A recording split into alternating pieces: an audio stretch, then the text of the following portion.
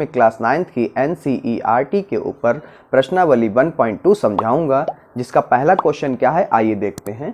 पहला क्वेश्चन है, नीचे दिए गए कथन सत्य या असत्य हैं, कारण के साथ अपने उत्तर दीजिए। मैं इस क्वेश्चन का आंसर बताने से पहले आप सभी से एक रिक्वेस्ट है मेरी कि मेरे चैनल को सब्सक्राइब जरूर करिए, क्योंकि मेरा चैनल नया है, आप लोग सपोर्ट का बहुत ज़रूरत है।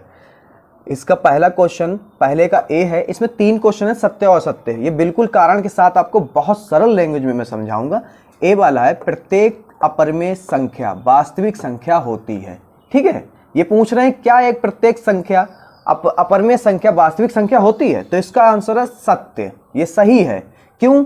अब कारण देख लिए, सत्य कारण है, वास्तविक संख्या में अपरिमेय संख्या भी होती है, इसलिए ये सत्य है। बी वाला देखिए, बी वाला संख्या रेखा का प्रत्येक बिंदु √m के रूप का होता है, जहां m एक प्राकृतिक संख्या है। ठीक है, जब प्राकृतिक संख्या है तो देखिए क्या होता है, असत्य, क्योंकि संख्या रेखा वास्तविक संख्या का समूह होता है। ठीक है, देख लीजिए, ध्यान से सुन लीजिए, असत्य क्योंकि संख्या रेखा वास्तविक संख्या रेखा का समूह होता है, जिसमें परिमेय और अपरिमेय दोनों संख्याएं होती हैं।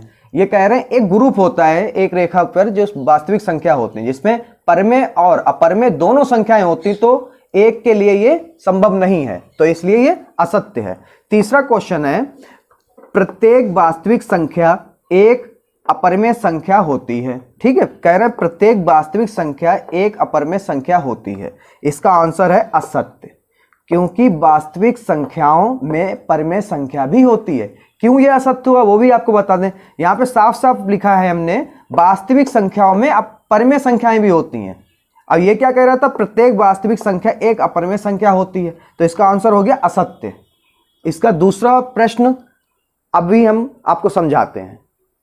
दूसरा क्वेश्चन क्या है जरा देखिए, क्या सभी धनात्मक पूर्णांकों के वर्गमूल अपरिमेय होते हैं? यदि नहीं तो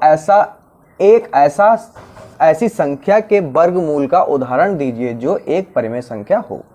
नहीं, सॉल्यूशन क्या होगा, इसका आंसर होगा नहीं, सभी धनात्मक पूर्णांकों के वर्गमूल अपरिमेय नहीं होते। एक उदाहरण लेते हैं, जैसे कह रहा धनात्मक पूर्णांकों के वर्गमूल, तो धनात्मक पूर्णांक हमने ले लिया 1, धनात्मक पूर्णांक हमने ले लिया 4, धनात्मक पूर्णांक हमने ले लिया 9, और उसके ऊपर वर्गमूल बोल रहा था, वर्गमूल मतलब रूट लगा दिया, उसके ऊपर रूट लगा दिया। तो रूट लगाने के बाद में इधर 1 का अंडर रूट मिला 1, 4 का अंडर रूट मिला 2, 9 का मिला 3, तो ये देखिए हमारी परिमेय संख्या आ गई। क्या आ गया, यह परिमेय संख्या है। तो ये एक परिमेय संख्या है, तो वो कह रहा था एक परिमेय संख्या हो उसका एक उदाहरण दीजिए। हमने एक उदाहरण दे दिया, यहाँ पर √4 का होगा 2, और 2 क्या है, या एक परिमेय संख्या होती है। तो यहाँ पे आपका ये दूसरा वाला क्वेश्चन खत्म हो गया। अब क्वेश्चन नंबर 3 समझाएंगे। क्लास 9th की प्रश्नावली 1.2 का तीसरा सवाल क्या कह रहा है आइए देखते हैं। तीसरा सवाल कह रहा है, क्वेश्चन समझाने से पहले मेरे आप सभी से अनुरोध है, कृपया मेरे चैनल को सब्सक्राइब करें और लाइक वीडियो को जरूर करें। क्वेश्चन नंबर 3 है, दिखाइए कि संख्या पर √5 को किस प्रकार निरूपित किया जा सकता है। कह रहा संख्या पे दिखाइए, संख्या रेखा पर। तो संख्या रेखा क्या होती है, ये लाइन, ध्यान से देख लीजिए, अभी सब समझा देंगे, आप लोग घबराइए मत, बिल्कुल वीडियो छोड़ के मत जाइए वरना बिल्कुल नहीं समझ में आएगा।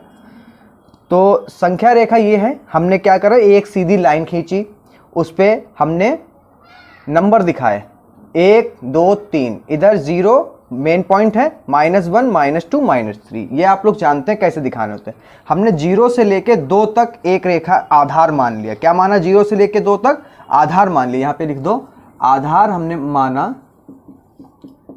आधार बराबर हमने मान लिया 0 से 2 तक, यानी 2 तक। ठीक है, आधार हमने मान लिया 2 तक, और 2 पे एक लंब दे दिया, लंब हमने मान लिया 1, 2 पे हमने एक लंब खींच दिया जो है इकाई, एक इकाई है, लंब जो है वो है 1।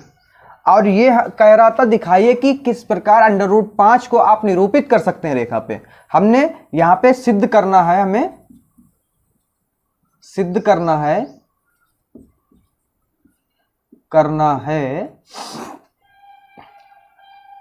कर्ण को √5, मतलब कर्ण बराबर क्या है √5। तो हम पहले तो इसमें दिखा देते हैं कि होता है ऐसा। हमने AC मान लिया √5, और √5 जब हम माना तो ये कह रहा संख्या रेखा पर निरूपित करिए, मतलब संख्या रेखा पर भी आए √5। तो यहां से यहां तक आप एक प्रकार में पेंसिल लगाइएगा, यहां से यहां तक दूरी भर लीजिएगा, ठीक है, आयसर के दूरी भर लीजिएगा। पेंसिल और प्रकार में एक नीब इधर रखिएगा, प्रकार की नीब इधर और पेंसिल की नीब इधर, और फिर यहां से AC से लेकर आयसर के आप एक चाप लगाएंगे, जो कि हमने आयसर के चाप दिखा दिया, वो चाप आयसर के लगेगा। वो यहाँ जहां पे भी वो बिंदु आए वो हमारा बिंदु होगा D। क्या होगा D। तो 0 से लेकर जो A बिंदु से लेकर D बिंदु तक जो दूरी होगी वो हमारी होगी √5। यानी अब देखिए AC क्या है, AC हमारा क्या है AC और AD क्या आ जाएगा √5। AC की जो दूरी होगी और जो हमारी AD की दूरी होगी वो √5 बराबर होगी, यानी AD बराबर आ गया √5। सिद्ध तो हमने यहां पे भी कर दिया, ठीक है, यही सिद्ध करना था, तो सिद्ध तो यहां पे भी कर दिया। अब हम पाइथागोरस प्रमेय से सिद्ध करते हैं। अब पाइथागोरस प्रमेय अगर आप लोग नहीं जानते तो हम आपको बता दें, उसमें होता है कर्ण का स्क्वायर आधार बराबर आधार का स्क्वायर प्लस लंब का स्क्वायर।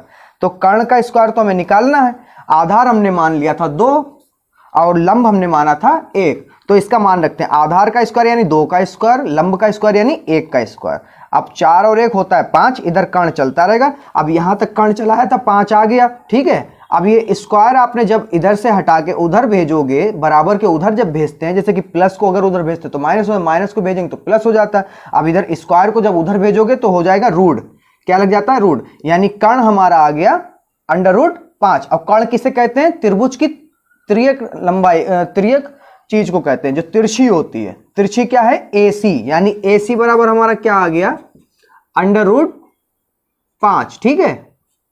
और यहां पे AD बराबर हमने सिद्ध किया था √5, मतलब नीचे वाली लाइन को, आधार को हमने सिद्ध कर दिया था √5, यहां पे सिद्ध कर दिया कर्ण, ठीक है। अब ऐसे ही आपको अगर वीडियो समझ में आई हो तो आप लोग इसको स्क्रीनशॉट ले सकते हैं, स्क्रीनशॉट लेके आप लोग अपनी फेयर पे भी लिख सकते हैं। बिल्कुल सही तरीका NCERT का ही तरीका है, ठीक है। अब आपको हम अगला क्वेश्चन है क्वेश्चन नंबर 4, वो आपको समझाएंगे।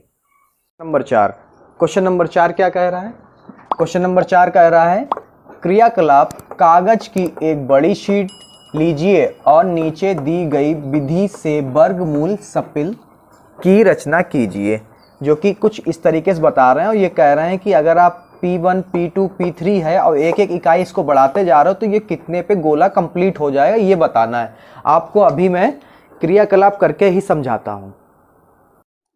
क्वेश्चन में हमें P1 P2 और P3 तक दे रखा था, P1 P2 P3 तक, और बोल रहा था ऐसे ही स्क्वायर रूट स्प्रेल कंप्लीट करिए, यानी हिंदी में कहते हैं वर्गमूल सपिल, ठीक है। अब हम कंप्लीट करके दिखाते हैं। कंप्लीट कुछ नहीं करना, हमने मान लीजिए इसका है 1, इसका √2, इसका √3, ऐसे ही पूरा गोला कंप्लीट करना है, ठीक है। P1 P2 P3 P4 P5 P6 P7 P8, ऐसे ही ये जाएगा लगभग आपका P17 P17 से P18 तक, ठीक है। और सबके जैसे OP1 का हमने क्या माना 1, ठीक है, माना लिख लीजिएगा, माना 1 इकाई।